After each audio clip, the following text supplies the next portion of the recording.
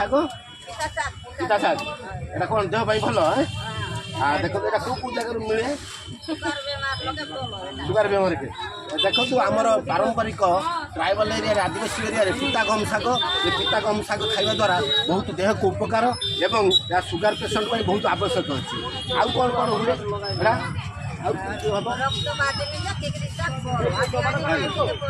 ଆଚ୍ଛା ଆଚ୍ଛା ଏଗୁଡ଼ା ସବୁ ଜମିରେ ହେଇଯାଏ ନା କୋଉଠି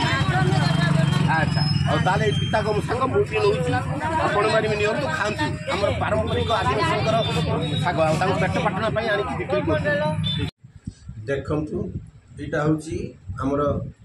ଆଦିବାସୀ ଅଞ୍ଚଳର ପିତା ଗହମ ଶାଗ ଆମର ଆଦିବାସୀ ମହିଳା ବୃଦ୍ଧାମାନେ ବିଭିନ୍ନ ପ୍ରକାର ନଦୀ ପୋଖରୀ କୂଳରୁ ଏହି ଶାଗ ଗୁଡ଼ିକ ସଂଗ୍ରହ କରିଥାନ୍ତି ଆଉ ଏ ଶାଗ ଖାଇବାକୁ ପାଟିକୁ ପିତା ଲାଗିଲେ ମଧ୍ୟ ଦେହକୁ ହିତ ଆଉ ଏଇ ଶାଗ ଖାଇବା ଦ୍ୱାରା ମଧୁମେହ ରୋଗୀ ଆମର ବିପି ଆଉ ଚର୍ମ ରୋଗୀ ମଧ୍ୟ ଏଇ ଶାଗ ଦ୍ୱାରା ଆରୋଗ୍ୟ ହୋଇଥାନ୍ତି ଆଉ ତାଙ୍କ ରୋଗ କମି ଯାଇଥାଏ ଏ ଶାଗଟାର ବହୁତ ଔଷଧୀୟ ଗୁଣ ରହିଛି ଆଜି ଆମର ଏଇ ଶାଗ ଭଜା ହେବ ମୁଁ ଏବେ ଶାଗଟାକୁ ବାଛୁଛି